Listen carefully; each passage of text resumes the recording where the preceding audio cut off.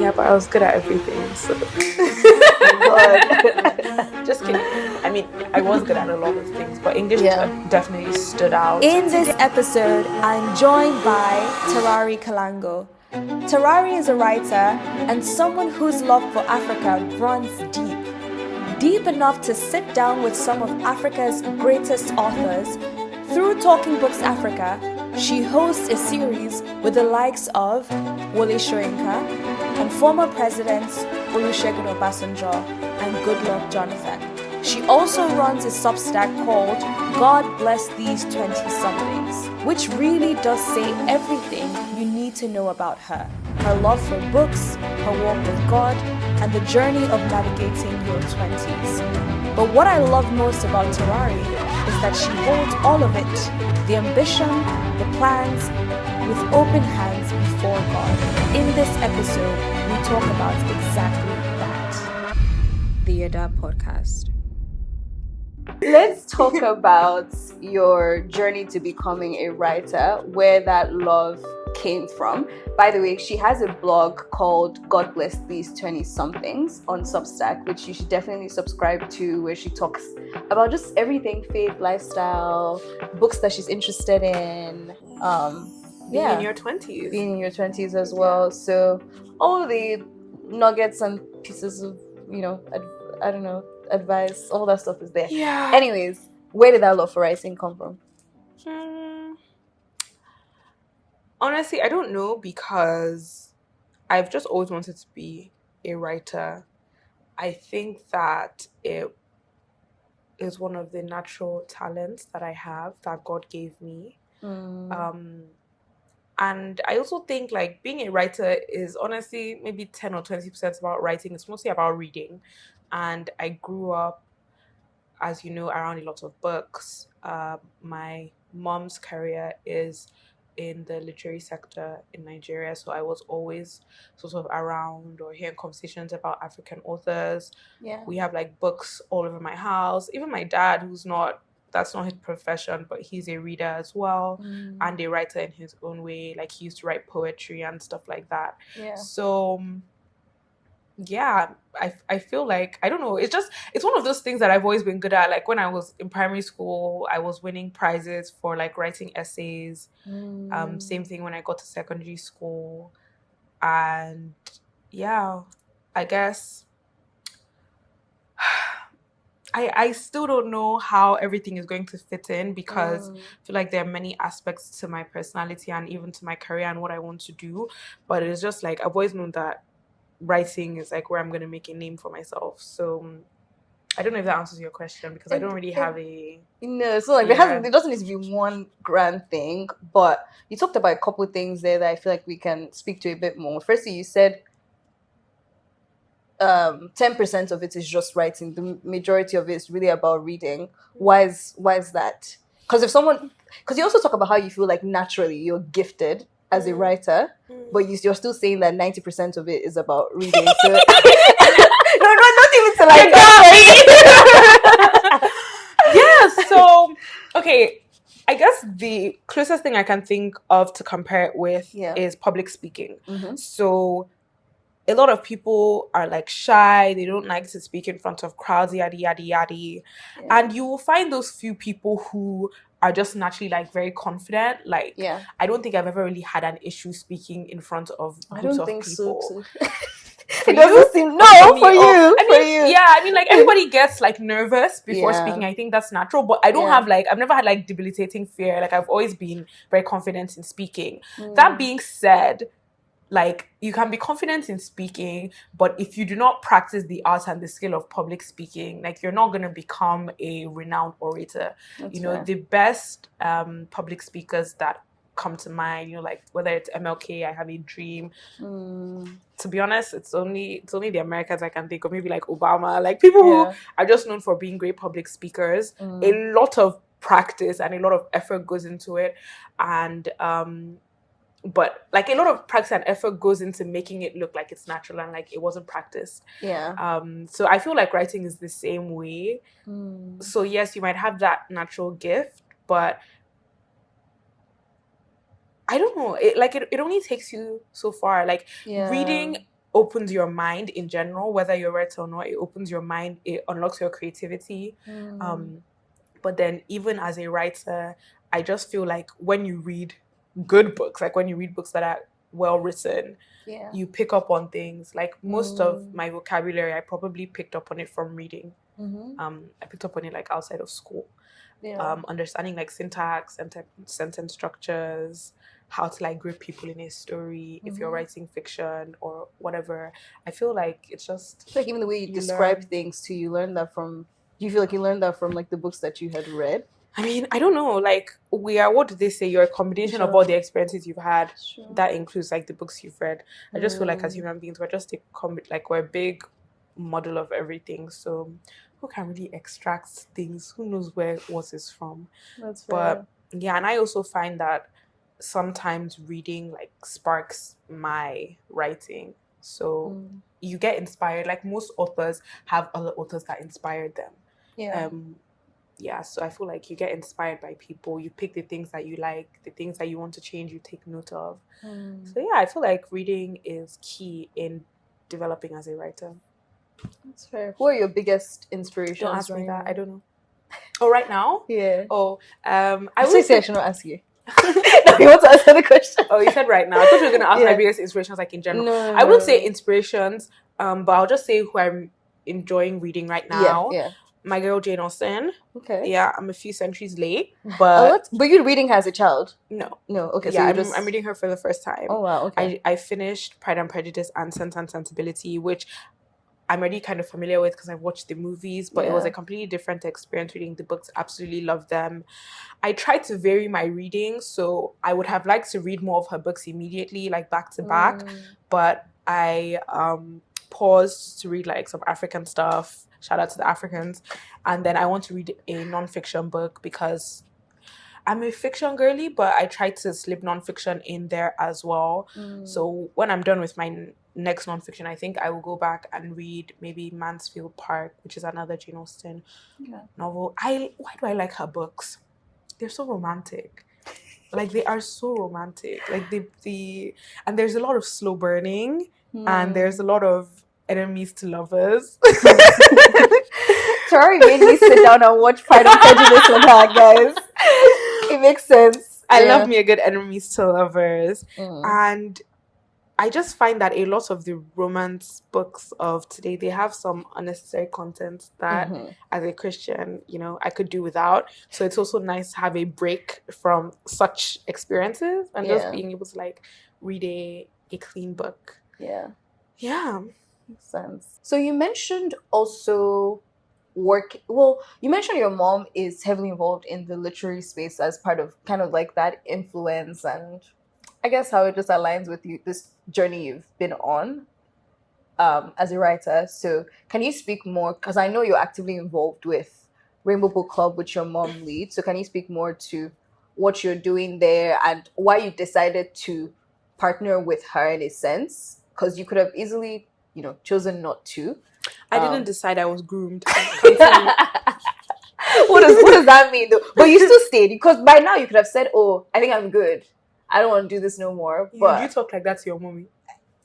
I mean, there's a way you can say it now. Like, oh, I just feel like I don't have as much time for this. Like, I'm actually trying to focus on these areas a bit more. Yeah, and I've definitely had like those times. But you're actively involved. That's the difference. Yeah, so, I mean, I'll start with your first question, like, about the Rainbow Book Club. So my mom founded the organization in 2005 with the purpose of promoting reading across Nigeria, but mainly in Port Harcourt, which is where she grew up and where most of the work has been based. Just promoting reading for the personal development of individuals, mostly like school-age children, but then also as a conduit for national development. And so that was 20 years ago.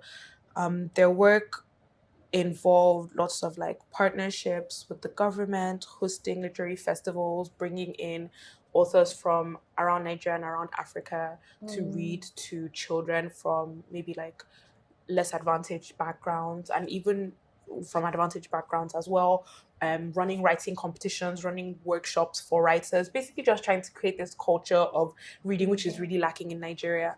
And then in 2014, the Rainbow Book Club put forward a bid for Port Harcourt to be the UNESCO World Book Capital. It's something that UNESCO does every year. It was a long shot. They were up against like Oxford, Cairo in Egypt, some other, cities, and they won. So Rainbow then project managed that for the year and has done various things since then. So where do I come in? Like I said, I've always been involved. Like when I was young, I would accompany my mom to the events. I was just a child, but just being around. As I got older, because I also had that passion for reading, I would sometimes be volunteering to run book clubs in some of the areas, maybe like around where we lived. And so on. And then I can't remember how old I turned, but I was then invited to join the board because they wanted younger people. And, obviously like I'm, ideal candidate, great candidate. So that's what my It's funny you say that you were groomed though, because your brother was your brother not following your mom to these events? I don't know. I don't remember where Can't he was. Remember, yeah. Yeah, maybe he probably was. I mean, he used to read a lot as a child as well, and he still reads kind of now. He's also very creative. He writes film scripts, so he also has that writing talent and that writing expression. Yeah. But I don't know. As a child, were people, when you would, you said you won several prizes, so I guess that answers the question. But sometimes when you're reminded a lot as a child that you're good at doing something, I feel like it reinforces that natural gifting from God. 100%. Yeah, 100%. Did that happen a lot for you? I'm sure. You won the prizes, so like there was pretty much in your face that this child was gifted in this area. Yeah, but I was good at everything, so. Just kidding. I mean, I was good at a lot of things, but English definitely stood out. I remember when I was doing my A-levels in England, and my English literature teacher, I think he wanted me to study English lit at uni. I ended up studying economics. But like he told me that if I don't spend my life writing, like it would be like a crime to humanity. I would have wasted my talent, something like that. So he used, my mom will know the exact words because she's always repeating it, but he used very strong language to just be like, you need to write. So yeah, for sure. That positive reinforcement, it also bolsters your confidence. And I find that every time I put something out and people read it and like give me feedback again, it's, what do they call it? Yeah, it's a reinforcement cycle. Yeah. Wait. I know you're having a good time listening, but I do need a small favor from you. Please like, comment, and subscribe if any of this is meaningful to you. It goes a long way in supporting the channel. Thank you. Now let's get back into the episode. So you're also in a capacity now where you're interviewing writers, kind of similar to this, what we're doing now. But you're the host in that case through Rainbow. And I'm curious maybe what's the biggest lesson learned so far in like doing these interviews with writers, very renowned individuals as well, former presidents that she's been able to interview through the Rainbow Book Club. I think it's an interesting style to it, because you're obviously interviewing people that have written books, right? But it's like a podcast. So I don't know. Talk about that a bit. Yes. To answer your question, it's so funny because I don't think of that when I'm interviewing them. Like I don't see myself as a writer interviewing other writers. It's like I take that hat off and I put on another hat. It feels like a different side of me. I don't know how to explain it. Like it feels like a different side. Yeah, it feels like I have different like facets. I have different like outlets, different interests, different things I'm pursuing. And so it feels like this is me as a writer.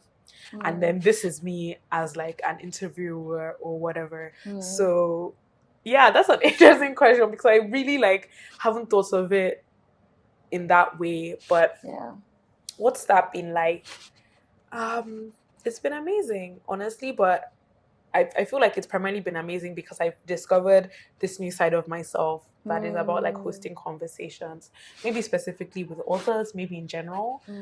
So that's why I'm like, I don't think of it as like a writing thing, because I feel like through it I discovered a whole new talent that I will say has nothing to do with writing, but like it's just completely different. So it feels very distinct to me. Do you feel like it's something you also just groomed into? As now this one feels more like an active decision that you not made. at all. And also it might have changed over time because it's evolved from just like the virtual conversations to now live in quotes, but more like in-person conversations with the writers as well. 100%. I wouldn't say so. How I started was the organization actually had somebody else in mind to be leading the interviews. I think they even wanted to be changing the interviewer every month. But the first guest that they were having was Chibundu Onuzo, and I've like said that I'm a big fan of her work, and so I was just offered the opportunity to interview her. Like, oh, we're just kicking this off. Do you want to do the first interview? Like, we know you like her books. I was like, yeah, sure. And that went great. And afterwards, I was like, hey, can I do this every month? Wow. So it happened like nothing was planned. And sometimes people see me and they're like, oh, you know, you're taking over for your mom, like yada yada yada. I'm just like, look, we really didn't plan this. It just kind of happened. Maybe my mom planned this. The writer, she loves reading books. You're also a writer, you love reading books. I haven't heard her speak as much, but I can imagine she also has to speak a lot because of the work that she does, right? Yeah. That's lovely. Okay. So you have a blog called God Bless These 20-somethings, and I want you to share with the audience, you know, how that started off, and because you had a bit of a rebrand somewhere in between. So I'm just curious where the idea came from, and then how it's evolved, and what you're still hoping to do through that platform. I call it platform. It is a platform. Those are great questions. So are they? Yeah, there are a few of them. Where do I start? Where did the rebrand come from? So when I started my blog, I didn't have a name for it, and I didn't want that to hold me back because it was something that I had been thinking about for a while. And I was like, you know what? I need to like release this writing. So it was just called Tarari Substack, and like whatever. I was just writing whatever. But I felt like it would be, it would be good for it to have an actual title, for it to have a bit of a brand attached to it. But then I did a bit of research on Substack, and I think I saw somebody saying that your title should be indicative of the content of your newsletter or of your blog rather. So I was just like, I was asking ChatGPT, like, these are my interests, or these are the things I'm talking about. Can you give me like cute names and stuff like that? I asked my friends as well. And I think it was when I noticed that what people seemed to be resonating with was content that was mostly to do with just like me working through the emotions and the reality of like growing up and like adulthood. It seemed like a lot of people could relate to that. So my first blog that I launched is titled God Can Do a Lot with Your Little. It's about my experience leaving my job in London and getting this new job in the US and just like stepping out on a limb of faith. People really resonated with that. And then a few months later, I mean, I wrote some other things. Then a few months later, I wrote another blog titled I'm Turning 25 this year and I'm terrified. And like people loved that. People were messaging me like, this is like literally capturing how they feel. And even people at different stages in life. And so I just felt like God bless these 20-somethings.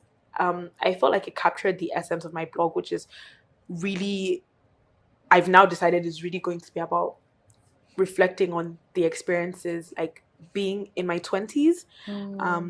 And I wanted to give myself a bit of direction. So obviously I'm not going to limit myself. Like, as you said, I post about books sometimes. That's really that's age agnostic. But I feel like it's good for me to have that guiding me. So I'm able to sort of like fall back to that and be like, okay, this is the foundation of this exactly. And I liked the God line because I am a Christian and my faith is obviously central to my life. So it will come out in my writing.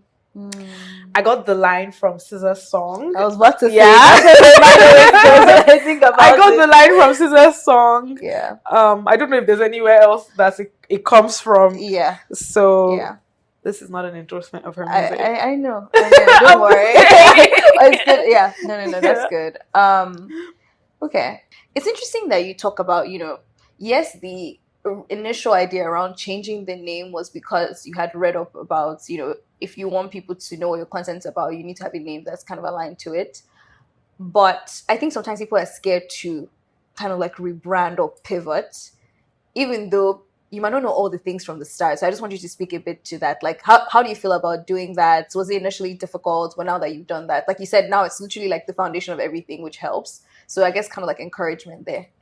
Yeah. Well, it helped that I didn't feel like I had what I would consider a lot of subscribers.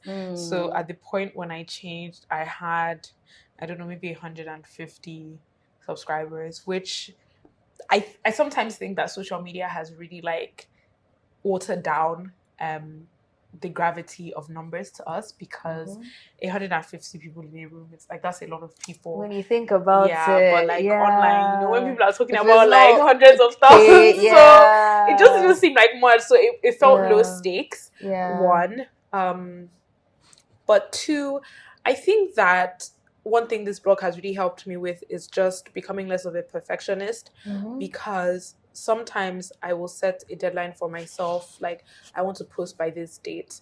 And I mean, you were in my house when I posted that blog. I was up until 3 a.m. finishing it. Yeah. And like, I'm just like, you have to post by this date. And it actually helps me, because whether the blogger that I think is perfect or not, I just have to put it out there. Yeah. So I think the entire blog has been a journey and like a learning experience in just not waiting until things are 100%. And this is not to say you should do sloppy work, because I would absolutely never do that. But like, the difference between 80% and 95 is probably not that much. Like, you can just do it at 80%. And and just not being afraid to go back and change things. Like, just because you started out one way doesn't mean you need to commit to it. Right. I feel like that's really hard in this day and age, because everything is documented. Like, everything you do leaves a digital trail. Sometimes I don't like to think about my digital footprint, because I know it's so deep. Like, I know it's so deep, but it's okay. Like, this is already the world I'm living in. I don't think I can go back and erase it. Well, there's anything crazy there, but it's just a ton of things that it's just stacked up on the internet. But that's a good word of encouragement. I just had to ask it because someone had to literally give me, like, say something similar to me even around this podcast. Like, just calm down. It's fine to switch things around as there's more clarity. So that's good. Yeah. Okay. You talked about you helped me here, because you're allowing us to easily flow into this section on the whole career move that you wrote about that blew up, quote unquote, social media numbers, but that blew up, where I'm famous. Mama, I made it. Where you talk about, moving to the US drastically in 2 weeks, the span of the interviews and everything like that. There's different ways we could cover this, because I don't want to skip over it, because I know the story. So I'm trying to, I want to give you as much room to pace yourself to just talk about the whole experience. And then maybe I'll ask questions in between as you talk about it. Yeah, I hope I remember. Okay, so the experience starts in October of 2023 when I was working in consulting in London, and I felt God was telling me to leave my job, which I had always planned to do, but I didn't plan on leaving it at that time. Yeah. And so it was just very like abrupt. In fact, my mom actually had been like begging me for a few months to leave, but I was like, no, I have my plan. Like, I know how everything is going to go. So so I felt that I sort of shared it with my parents and my brother, and we prayed about it as a family, and I just continued to like have that conviction or that urging.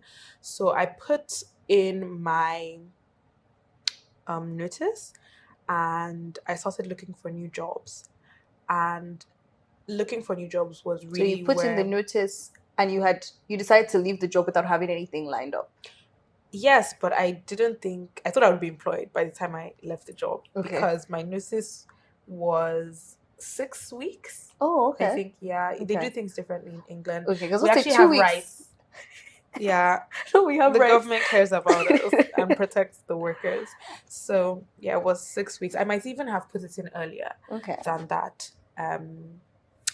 So yeah, I had loads of time, and honestly, God really spoiled me in getting my first job because it was like, I like, it was fairly easy. And so I just expected that the next one would be like that. But I found that it wasn't the case. And when I was leaving my job at the end of 2023, I didn't have anything lined up. But thankfully, like, I had very supportive and encouraging parents who just supported me, continued to encourage me to like apply for these jobs, and also encourage me to live in the moment and make the best use of the time. So I was able to do that. So anyway, fast forward a few months to March 2024, and I get invited to interview with this company. I know how it is when you're job hunting. Like, you send off so many cover letters and CVs, you don't even remember which company is which. So I had to go and like refresh my memory on the application I had made. But from the first interview, I just felt like, oh, this company could be a good fit for me and I could be a good fit for them. And so this was... What about the interview made you feel that way? I don't know if it was just that I liked the person that I interviewed, or maybe I felt like I had answered all the questions really well. So I was like, they're going to want me. They're going to want me. I looked again at the criteria. I was like, yeah, this is all me. And then the work, like you said, African focus. So exactly what I wanted. And it's so interesting. A few weeks before, if you had asked me about like moving to the US, I was like, absolutely not. Like, I actually had a strong conviction that God wanted me to stay in England. And I was just like, I'm not going anywhere. Like, this is where all my friends are, all my family, this is where my life is. But it's like, as soon as I started this process with this job, I think God had been working on me. So as soon as I started this process with this job, I was now like excited about it, looking forward to it. And by the time they gave me the offer, I wasn't even sad about leaving England. I was like, peace out, guys. Like, I'm out of here. I'm gone. So yeah, and like you said, I actually started making plans to move before they offered me the job, because like I said, I just felt, like I knew the outcome. So I started, just thinking about timelines. And then, from the day they offered me the job, I think it was about 2 weeks to like my flights, where like I carried all of my things to America. So boom. Day they offered me the job, I sent a message out to all my friends in London. I'm moving to America this time next week. I'm gonna do like a leaving party. Please, everybody come to my house. I immediately started like packing things into my boxes. Shout out to my friends who came over to help me, and who obviously like sent me off with so much love. So I don't know if I hope I haven't rushed the story. I think you tried, but I still think there's bits that we can touch on, right? Because you had been looking for a job how many months before this process then kicked off, and in the span of a few weeks it was done? Okay, so I had been looking for a job since October or November, but I was still employed up until January 1st, 2024. So January 1st, 2024 was my first official date of unemployment. I was then like fully unemployed for 2 months. The beginning of March is when the interview process for this job started, and I got the offer like middle of March. And then I started... When did I start? Middle of April. So I moved to the States at the beginning of April, had a few weeks to settle in. I started working middle of April. So in total, I was unemployed for 3 months. Being unemployed for 3 months, let's talk about that part too. I don't want to. I'm just kidding. I know that it was definitely not an easy period. So it was actually great. Really? Yeah. I mean, that's the thing about life, right? Like, nothing. I don't know if you're joking now. You're serious. Okay. Yeah. Nothing is straightforward. Like, everything is complex. So it was a great time, because for the first time since I'd started my job, I really just had a lot of time on my hands. So I had a lot of time to spend with the people I loved, and to spend doing things that I loved. for example, my cousin had just had babies. She had twins at the time. She was living quite far from me in London, but like because I didn't have a job, I was able to go, I think at least once a week I was going to visit them. And that was like a great bonding period for me, because now I'm in America, like she's in Nigeria, and probably who knows when next I'll be able to spend that much time with them. I had another cousin who had like 2 toddlers. I was also going to her once a week. And like it was just great, like bonding with my nieces, like especially again because I was about to move. I didn't know that I was about to move to a whole different country. I was serving in my church in London. Obviously that was a Sunday thing, but during the week I used to host a small group at my house. I had always done that, but like with work, it was just always a lot. But now I actually had time, and I love hosting. So I had time to set everything up. I wasn't rushing people out of the door, you know, because normally people will come for a small group and then I will have to go back to work. Like they couldn't stay forever. But now it's like whatever you want. I was going to the gym. I love going on walks. I was going on walks. Like I was reading. I think that was when I started watching Suits, which maybe was not the best use of my time. But my point is, but you didn't have the chance in person. That was also when we met. That was also when we met. So maybe you wouldn't have even had my time had you not. Let me not say that, but it was a good time because we could also meet in. Let me give you guys advice. Plan financially. An emergency fund, it's very important because it just gives you freedom. So even though I wasn't earning in that period, because I had like saved up a bit, like I wasn't like strapped for cash. Like, and to be honest, I had a plan. Like I had a limit. I wasn't just gonna be hanging around forever. My limit was actually March. Like if I didn't have a job by March, I was going to move back to Nigeria and do my NYSC. Shout out my dad, who I think I was really ready to like cancel my lease and move. And he said, no, I should just stay and keep on trying a bit more, that like he's sure I would find something. I think a couple of weeks, maybe even like a week or so after that, I now ended up with this job. So yeah, it's not, I had a plan. But I think just, you know, going through these applications, putting them out, having conversations that didn't lead to places, especially because like I needed a visa to work in the UK, and that was an issue. So just those things can get you down, but it was actually a great time. Like I look back on that time of my life very fondly because I feel like I was able to use it, you know, like who knows when next I'll have 3 months free, but I tried to make the most out of it, which is you know, let me just give you guys some life advice, some more life advice on this podcast / talk show. I really believe in making the most of wherever you are, and I thank my mom for that, because she's always told my brother and I, wherever you are in life, no matter how bad you think it is, like when you leave it, there is something you will miss about it. And so far she's right. Like so far at every stage in my life, despite complaining or whatever, when I move on, I do miss it. And so I thank her for passing that on to me, because I've even noticed it with my friends. I remember when we were in boarding school and one of my friends used to complain so much that, we didn't have any freedom. They didn't let us go out. They didn't let us do things. And then when we were in uni, she now started talking about how, she misses those days. I said, look at you. So yeah, and my mom also taught me about this thing called the station mentality, which is this idea that it is when you reach a particular station or a particular destination that you'll be happy. I think there's another name for a destination, something. But she told me, like, look, that is never the case. If you're looking for something or someone to make you happy, you will always be unhappy. You just have to choose happiness or choose joy. I'm not sure which one I need to use, but you need to choose it. And so that's my philosophy.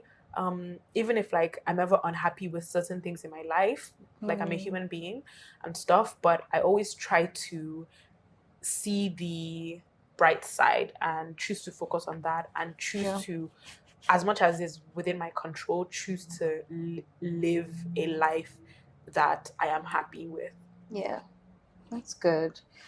You talked a bit about this already, but you mentioned having a lot of thinking time in that official 3 month, but maybe from October of the previous year. And you mentioned also kind of having that feeling or nudge from God that you should leave your job at the time. So I'm sure there was a lot of thinking, wondering at the time. how did you navigate that space of just thinking through and trying to be intentional? I forgot that, but trying to be intentional about your next career move and not just running back to the same thing that you were doing before. Well, I feel like I already had an idea of what I wanted to do. I do think. Did you know that you would find that in a job though? Did you think you would find that in your next job? That idea of what you wanted to do? I mean, yeah. Okay. Like that was why I left. Like I said, I was planning to leave my job anyway. So I already had some ideas of what I wanted to do afterwards. I knew that I wanted to be working in something more directly impactful. And like I said, something on the African continent. So I was looking for those things. I was open to going back to Nigeria, like I said. So I've always had a plan. I think about the scripture that says that many are the plans in a man's heart, but it's the Lord's will that will prevail. Yeah. And I just think that's kind of like how my relationship with God is in general. I think God deals with everybody differently. Because I like to plan, I feel like he doesn't really tell me what's going to happen ahead of time, so that I maybe have to like have a bit more faith and just take things day by day. So to answer your question, I don't really feel like I was reflecting or like asking God so much about my next career moves, because I knew what I wanted to do, you know. So I had the plan, but obviously in general, just like praying and committing everything into God's hands. And I think that the way I've experienced God moving in my life is just like, I may not always know with 100% certainty that like maybe he's the one like telling me to do this, but oftentimes at the end of the journey I can look back and just like clearly see his hand. So I think that was what happened. Like I said, I was so against going to America, and then, you know, gradually I start to open up to it. I start to like soften towards it. Like I didn't say, oh God, you know, like give me a sign if you want me to go to America. Like I was just praying, you know, every day, like for direction and stuff like that. And I was doing my part as well. I was applying, I was being gainfully employed, and I feel like the Holy Spirit was just working in the background. That's good. You've been writing for some time now, and you mentioned you draw inspiration from multiple writers, but I'm curious where you see your writing journey going. Like what types of books are you trying to write? Because you're exploring, like you said, adulthood faith through God Bless These 20-somethings. But in terms of where you see writing going for you, obviously, like you said, we plan, but it might not exactly go as we want it to be. But just ideas around like what you're thinking and hoping for or hoping to do with your writing career. I have no idea. I think it's about time I try to write a book, as opposed to just writing smaller pieces here and there. So I think that's one of my, I don't know if I'd call it, I don't know what I would call it, a goal. I don't know if that's a language that I would use, but that's something that I've started thinking a bit more about. What the book is going to be about, I cannot tell you to save my life. Like, I thought you were saying just to keep it on the low so the people can be surprised when you drop. It's not so. They're surprised. I'm surprised as well. We'll all be surprised. Yeah, so I'm figuring that out. But I think starting the blog was a big step in that direction. And I would just say to anybody who's like thinking about doing something or who has a talent or a passion, you don't need to wait until you've gotten to a certain level or until you know for sure like what you want to do, how you want to put yourself out there. Oftentimes you first need to start, as I'm sure you've experienced with this podcast, and then things will start to flow. So I feel like that's what's happening with me and this blog. And then, like you said, I've also been interviewing writers, so that's also been like opening my mind, you know. In what way? Just hearing their backstories. So it's not so much like the content of what they're writing, but them as persons, as writers, like where they're coming from, what their experience is, like their career, their journey is just making me see that there are different ways to get to a certain destination. So I don't know if that answers your question. Fortunately, I mean, it's still like a figuring out thing, Yeah, and that's exactly. completely fine. You're already doing things in the moment, like you said, and you just have to start. So I think that's the big thing. I'm shy. Well, on that note, we're coming obviously to the end of the podcast now. And we usually end on a reflective note. But before we go into it, I do have to shout you out a bit too, because Tarari has been so invested in this podcast, you guys. From the start, obviously, you're also featured on it, which was just the initial phase, but she has been so invested in this, like calling me, checking up on me. Did this one go well? Did this one not go well? What are you thinking now? Okay, well, just do it. You feel like this is where God is leading you. But no, she's been so supportive. And I mean, it's not every time you get to obviously interview your friends at the same time. There are people on here that are also friends, but I think it's just important to, say publicly. But no, she's been so invested in it and super supportive and just cheering me on. And you really do need people like this to continue to remind you that, just keep going. It's all going to work out. Like, you're always like, this is serious. Like, and you see kind of like the different stages where it started with like where it's at now, and we'll see where it's going. But thank you for being there for me and just pushing me to keep going. Thank you for trusting me with your dream. Of course. When you guys see this, know that there are some people backing me, like Tarari. But we will end this on a reflective note, as always. So I ask guests to think about a reflective question, a journaling prompt, which can just be, a sentence, but allows you to think a bit further. A Bible verse, a quote that resonates, or just in general, a final word of encouragement, either based on your story so far, maybe something I may have forgotten to ask you about, or, it just didn't come up, but you also feel like you should share with them to end on that note. But most importantly, the point of this is to shift their focus towards gratitude. And so I want us to end on that, because Yadah means to give thanks to God is kind of the context. So, yeah.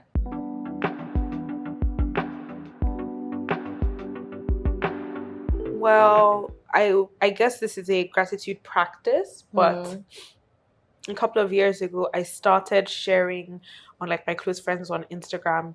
Every day I would say, today I'm grateful for, and then I would say something or someone that I was grateful for. Sometimes I would say why. Like, sometimes, it didn't need to be anything deep. Like, if I had gone on a walk and really enjoyed myself, like, I'm grateful for my 2 legs that are working, that kind of thing. If it was my friend's birthday or a family member's birthday, I would say I'm grateful for that person. I would usually expand a bit more on why I am. And I still try to do it now sometimes. I don't do it on social media, but I have a whiteboard in my house. So sometimes I'll just write, today I'm grateful for XYZ. And I think something about just intentionally verbalizing every day what you're grateful for helps shift your focus so that you're looking at the glass as half full rather than half empty. And in terms of a Bible verse, I think it's in 2 Corinthians, scripture that says, but thanks be to God who gives us the victory through Jesus Christ our Lord, specifically victory over death.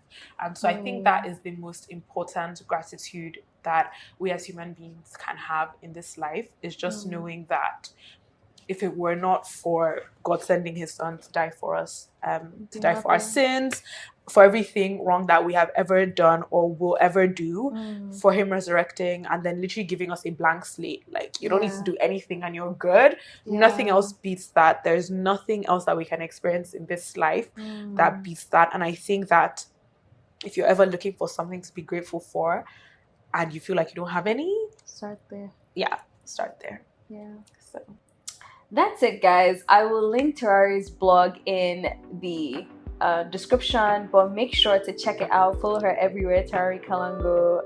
And yeah, watch this space. See y'all. Bye.